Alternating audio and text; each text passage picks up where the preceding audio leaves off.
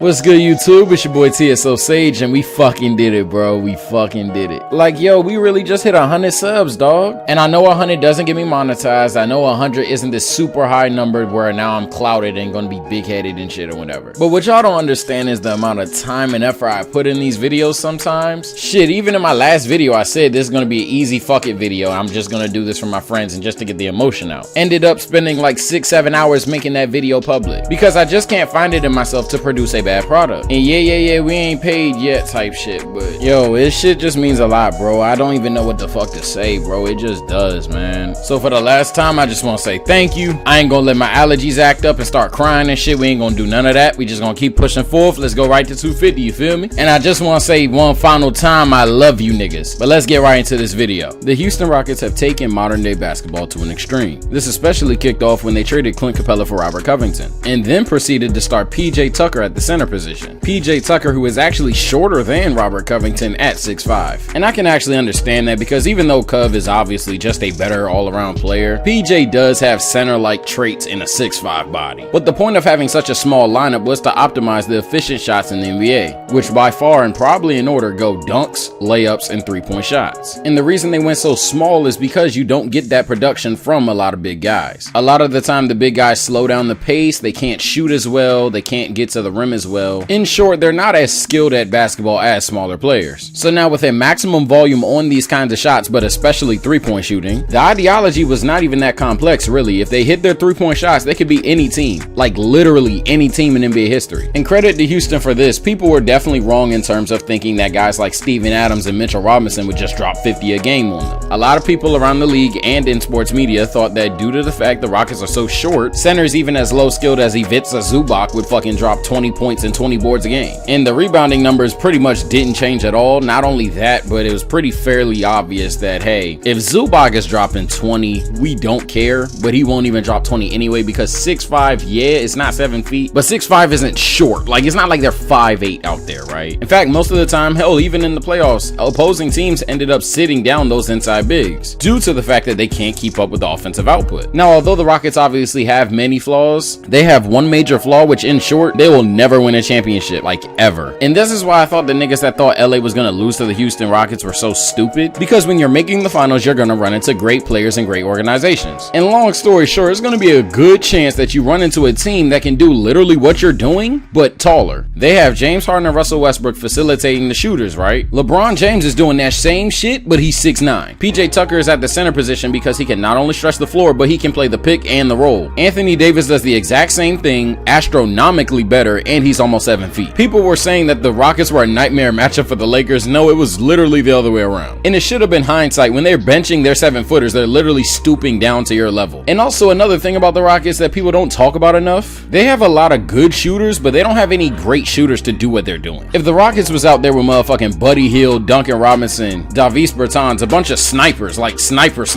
now you cooking with gas. But motherfucking Ben McLemore, Daniel House, PJ Tucker, yes, they can shoot, definitely. But for what you're trying to do, it's simply not enough. So what the Rockets should do now is, first of all, let D'Antoni walk. Please don't try to resign him. I know he said he's gonna part ways, but please, for the love of God, don't go 180 on. No, let him walk. Number two, and I don't give a fuck if you keep Harden or not. I'll get into that later, but nah, get that nigga Russ up out of here. His value is diminishing, and it's only gonna keep diminishing if you keep him. While his contract is increasing to $35 or $40 million, whether you think it's due to injuries or mentality, I believe it's both. While his contract is increasing, his talent and overall game is certainly on the decline. And he's only a couple months away from turning 32 years old. If it's not obvious yet, trust me, that contract will become horrible in the next couple of years. Get rid of him while you can. Now, before you think about what you're gonna get for Russell, you have to ask yourself one question. Can James Harden be our best player and win us a championship? Now, I know James Harden doesn't necessarily perform well in the playoffs. And of course, when I say perform well, I'm referring to his regular season standard. But even with not the best resume, I would still actually believe in James Harden. He's shown major growth defensively, and he's also shown that he will take smarter shots in the playoffs. Of course, James Harden's gonna always try to finesse the ref. That's a part of his game, quite literally. But in earlier series in his career, he would always take really terrible shots, and if the call wasn't made, he's fucked. And now he'll necessarily take smarter shots, and if he gets the call, he gets the call. So if I'm Daryl Morey, I'm definitely considering the fact that James Harden has actually grown as a player. But let me not even beat around the bush here. If I'm Daryl Morey, I'm actually gonna say that James Harden cannot win me a championship. Now, do I believe James Harden can win a championship as a player himself? Yes. But for Houston, fuck no. You see, Houston's kinda stuck with the players they have right now. I know the media hype around PJ Tucker. He can stick his chest out and shuffle his feet like the best of them, so he's fucking Tony Allen on crack. I get all that. But can we leave the PJ Tucker hype till y'all literally just wanted to see the Lakers lose, or y'all want entertainment out of it or something? Because looking at it from a business standpoint, why would you want PJ Tucker considering the amount of money he makes and his age? He's certainly not a scrub, but when you consider those two factors, nobody's going to trade for that, or you're not going to get equal value if you trade for that. But it's not only PJ Tucker. I think all of Houston's assets are hard to move, except for James Harden and Robert Covington. Eric Gordon's basically the same situation as PJ Tucker. Daniel House and Ben McLemore are simply underpaid. You're not going to find a bunch of guys that can do what they're doing for you at such a low contract. We already talked about Westbrook's diminishing value, and everybody else kind of sucks. So the reason why I think James Harden won't necessarily win a championship in Houston is because you can't build a championship team around him. Houston spent so much time doubling down and then even tripling down on James Harden specifically to carry the offense that they never just tried building a team where he doesn't have to carry the offense. And now I simply believe it's just too late for James Harden to be great in Houston. So when I'm trading Russell Westbrook, I'm looking for young talent and draft picks. Even though Russell Westbrook is a diminishing asset, he is still Russell Westbrook. I was just saying you're not going to get a lot of championship assets for Russell Westbrook, but you can definitely get some young talent to take a gamble on, or get like a good 2 to 3 draft picks. And subsequently, once you move Russ, you pretty much have to move Harden. And what you can get for James Harden, trust me, is insane. Unless the Rockets are stupid, the value they get for James Harden is as low as what Oklahoma got for Paul George, and as high as what the Pelicans got for Anthony Davis. Now, Houston doesn't have their own pick until 2023, which although sounds like a nightmare, and yes, it's preferable that they had those picks now, thank you Russell Westbrook, one could argue it's a blessing in disguise because now they can do whatever the fuck they want. They have no reason to tank even if they acquire draft picks. They don't have the pressure of winning now and having to take older talent. They don't have the pressure of having to be bad and taking young talent. They can not only fully optimize, they can probably get someone to overpay for James Harden. Now, of course, this will definitely set the Rockets back for a good 2 to 3 years, but I definitely believe the pros in this situation outweigh the con of not being a finals contender for like 2 to 3 years at minimum. And even if the pros didn't outweigh the cons, I still believe the worst case scenario for this is being bad for like a good 5-6 plus years, as the Rockets are just simply a good organization and they'll get it right at some point. And even then, that negative still outweighs the negative of what happens if you continue this James Harden Russell Westbrook thing, or even just trade Russ. Starting off with the obvious, if you trade Russ and keep Harden, you better get somebody better than Russell Westbrook, and I doubt you can do that. I don't think there's any all-star right now that's going straight up for Russell Westbrook. And as far as championships go, I don't think teams are going to trade their championship pieces for Russell Westbrook. I guess I could see a small market team getting desperate and trying to get Russell Westbrook to make something work, but even then, what the hell would you get for him that compromises to the talent of Russell Westbrook? I don't see any good trade situations for him. I think you just gotta lick your chops and understand that you fucked up. And if that's the case and you still move on just to build your future, that's fine, but now James Harden is the solo star on the Rockets, and if he couldn't do it with Russ, I don't think he can do it without him. Even though Russ be selling like shit sometimes, he's still good at basketball. Also, and I'm mad I forgot to mention this earlier, but if you need the ball, you cannot play with James Harden, bro. You just can't. James Harden simply needs the ball in his hand for him to be as effective as he is. And if you also need the ball and you're not better than James Harden, why the hell would you get the ball? So yeah, it's kind of toxic. So in the more likely scenario, if they don't trade James Harden, they're probably going to keep Russell Westbrook as well. And sure, Houston would still be a finals contender and definitely be able to take care of teams like Utah and Denver, who I simply think don't match up with the Rockets well. But again, I believe you're going to run into a team that simply does what you can do, but better. If KP wasn't made of fucking paper mache, shit, you could run into the Mavericks and get out in 5. Let alone play the Lakers again. And shit, the way the Rockets play, I feel like Portland would bust a nut at the sight of that shit. I think the Rockets have hit their ceiling, dog. I just don't think they stand a chance at winning a ring. I'm not telling them niggas to trust the process or nothing. I'm telling them to take a step back so you can leap forward later in the future. Sure, Luka may be a fucking problem, but at least LeBron James is out the league by the time you're good again. What the Rockets had was fun to watch at times, but it was also really basic basketball. And sure, at their peak, they can beat anyone on any given night, but that peak requires so many factors to go right. The way the Rockets play basketball, there was no contingency plan. If James Harden has a bad night, they lose the game. If Russell Westbrook has a bad night, they lose the game. If the shooters don't hit shots, they get blown out. And if their offensive output is even matched by the other team, there's nothing they can do. They played fucking lottery basketball. That's not gonna win you a championship. You need a plan and you need contingency plans. That's why I don't think Mike D'Antoni is your coach. You also need to build around your superstar that you've developed for some long time now. Rather than optimizing their strengths, you need to find a way to cover their weaknesses and build a roster around that player. And his co-star shouldn't be someone so parallel to him who is also prone to turn the ball over. This is why I think you move Russell Westbrook. And even with all of that, you need a superstar that can carry the burden when you need him the most. You do need the superstar who under immense pressure will hit the big shot for you, who can rally the troops as a unit and make everyone play at a higher level. And of course, as I said earlier, the team needs to properly be constructed around them. All of those things don't fit James Harden, and that's why I think you trade James Harden as well. But that's gonna do it for today's video. It's me, boy TSO Sage. Again, thank you for 100 subs. That shit made my fucking day. For you guys that's already been watching all my other videos, you may know I'm not the biggest fan of trade every superstar fantasy league bullshit, but hey, I think this is what the Rockets need to do. But if you think I'm tripping, I'll gladly debate any of you motherfuckers in the comment section below. Now, before I head out, I don't know what video it was, but I did promise once I hit 100 subscribers, I would tell you guys what the hell my name means. Well, I'm gonna actually do it backwards because it makes more sense to explain that way. So long story short, my friends listen to some trash ass rappers and therefore they call me old because they think I simply only listen to old lyrical spiritual rap music, which is obviously far from the truth if you watch my other videos, but whatever. Honestly, I doubt they even mean that shit for real anymore. It's just something that stuck. But in addition to that, I feel like I'm always right about everything I fucking say. Please don't take me literally. I know everyone's not perfect and shit, but I just like to troll niggas and think I'm always right about every fucking thing. You know, ask anybody that knows me that, you can't tell me shit. So an old ass motherfucker with a bunch of wisdom because he's always right is a sage. Now, as far as the TSO part goes, it stands for the slept on, hence the slept on sage. Cause niggas don't ever give me my motherfucking credit, you feel me? I mean, y'all do, hence the 100 subs, but like everybody else, nah, them niggas tripping. They sleep on the nigga, and that's fine. I'll wake them up. But alright, this video getting long as shit. Thank you guys for 100 subs for the final time. For those who are watching and aren't subscribed, you need to join TSO and hit that motherfucking red button right now, you feel me? Lastly, I love all you guys. Thank you for being a part of my journey, and I will see you guys in the next video. Take care.